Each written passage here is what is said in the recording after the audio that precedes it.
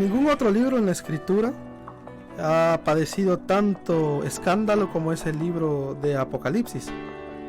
Sin embargo, debemos de saber que Apocalipsis es un libro que nos lleva a ver los acontecimientos que han de suceder. Y ese será el tema de esta hermosa ocasión, donde analizaremos el mensaje que Jesucristo da a su siervo Juan, estando allá en la isla de Patmos. En el contexto de Apocalipsis, podemos ver nosotros que hay tres temas generales que Apocalipsis va a enseñarnos. El primero es que Jesucristo viene otra vez. Es la venida de Jesucristo, Él vendrá. El segundo que nos enseña este hermoso libro es que el mal será juzgado. El Señor no permitirá que pase la maldad sin tener su justa retribución. Pero también el tercer punto que nos muestra Apocalipsis es que los muertos resucitarán para ser juzgados. Tanto los creyentes como aquellos que han muerto sin el Señor en el juicio del gran trono blanco que se nos menciona allá en Apocalipsis capítulo 20.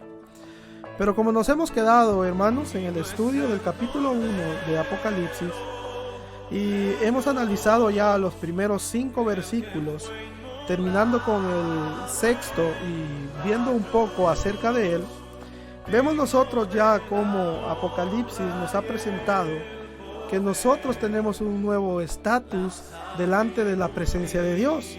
Y dice que nosotros hemos sido hechos reyes y sacerdotes. Ahora, cuando habla de que hemos sido hechos reyes y sacerdotes, es porque nosotros somos hijos de aquel que es el Rey eterno, el Rey sublime, pero también vemos nosotros que hemos sido hechos sacerdotes.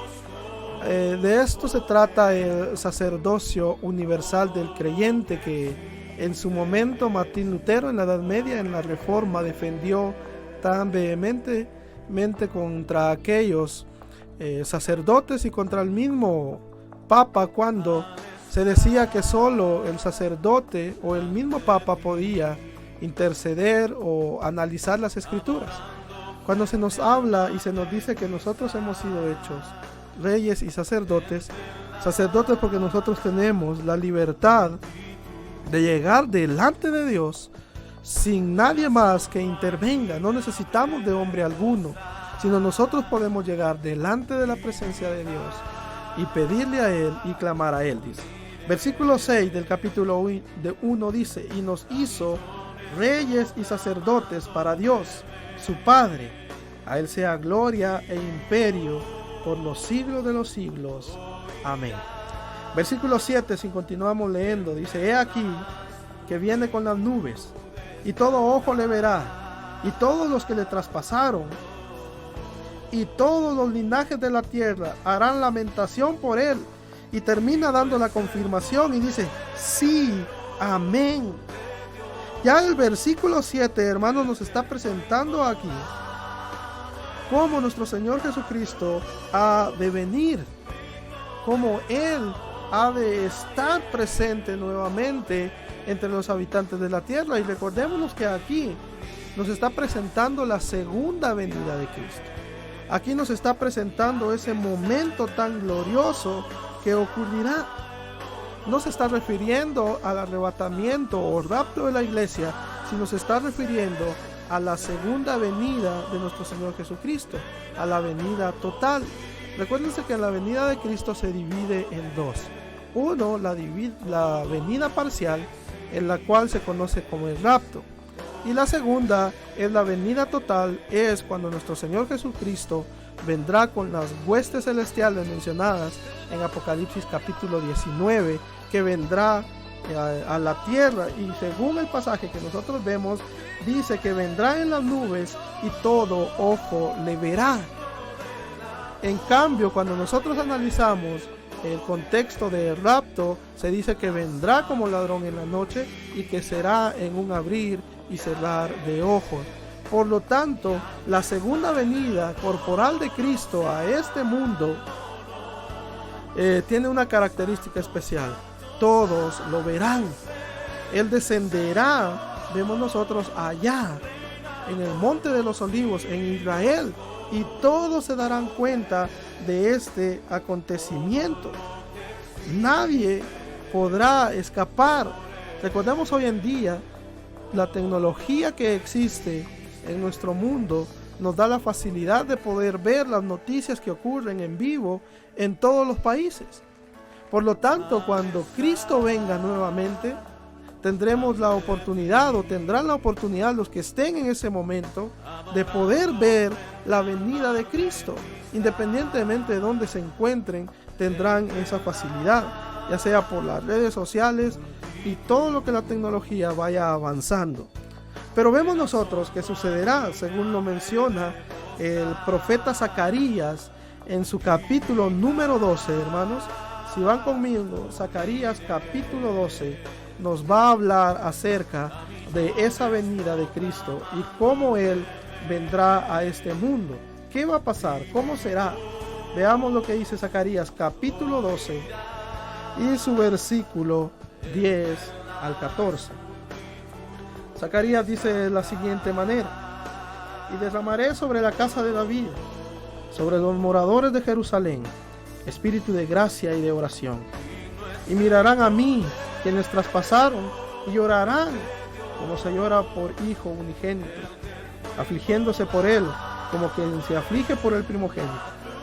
En aquel día habrá gran llanto en Jerusalén, como el llanto en Hadradimón, en el valle de Megiddo, y la tierra lamentará, y cada linaje aparte de los descendientes de la casa de David por sí, y sus mujeres por sí, los descendientes de la casa de Natán por sí, y sus mujeres, dice, por sí. Dice que habrá un gran lamento en Jerusalén. Dice que ocurrirá allá en el valle de Megiddo.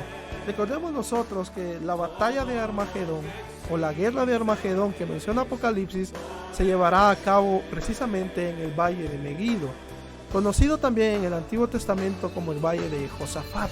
Ahí sucederá, y de eso nos está hablando el capítulo 1 de Apocalipsis y su versículo 7. Nos está llevando a ver esa venida gloriosa de Cristo, pero ya no será una venida para salvar al pueblo, sino será como juez, como alguien que vendrá a impartir justicia a aquellos que se han rebelado en contra de Dios. Y eso es algo que la humanidad debería de pensar muy bien. A este Cristo que muchos rechazan ha de venir, dice Juan en el Apocalipsis, dice que todo ojo le verá y todos los linajes de la tierra se darán cuenta del error en que han caído. Pero siguiendo con esto y dando a entender más de la presencia y la persona de Cristo, dice el versículo 8: yo soy, dice, el alfa y la omega, el principio y el fin, dice el Señor, el que es, el que era y el que ha de venir, el Todopoderoso. Aquí nos habla ya de la existencia eterna de nuestro Señor Jesucristo. Dice que es el alfa y la omega. Recordémonos que tanto alfa es la primera letra del abecedario en griego, como la omega es la última letra. Lo que está refiriendo es la plenitud, la totalidad de la deidad en Cristo. Y después dice el principio y el fin, quiere decir que el Señor existe por la eternidad, nuestro Señor Jesucristo. El que era, dice, que es y que ha de venir. Esto nos marca a nosotros la presencia de nuestro Señor Jesucristo en el pasado, en el presente y el futuro, su deidad, su eternidad. Pero después dice el Todopoderoso, y es un atributo que se le da únicamente a Dios. Entonces, cuando nosotros vemos esto, hermanos, vemos nosotros como Juan está entonces allá en Patmos, y Juan recibe esta visión, y Juan recibe esta revelación, y empieza afirmándonos a nosotros que nosotros hemos sido hechos ahora reyes y sacerdotes, que nosotros ahora hemos de estar presentes delante de nuestro Señor Jesucristo, experimentando las maravillas de este Dios todopoderoso. Pero también Juan está afirmando que para aquellos que lo han rechazado vendrá ese día terrible y temible, donde todo ojo le verá y donde todas las personas, dice, harán lamento, porque han rechazado al Mesías, porque han rechazado al único Salvador. Entonces ahí es donde nosotros entendemos, hermanos, la importancia de poder nosotros entender el Apocalipsis. El Apocalipsis sí es un libro que nos reta, que a algunos tal vez les causa temor, pero es un libro de esperanza, porque para el creyente es la seguridad de en quién hemos creído. Y en quién hemos creído, según el apóstol Juan, en los primeros versículos que hemos leído, hemos creído en el testigo fiel, en el primogénito, en el todopoderoso. Así que, hermanos, sigamos escudriñando el libro de Apocalipsis, porque Él nos dejará grandes enseñanzas en los cuales nosotros podemos fundamentar nuestra fe, sabiendo que Él vendrá y que vendrá por su iglesia en no mucho tiempo. Que el Señor les bendiga, hermanos, y sigamos adelante.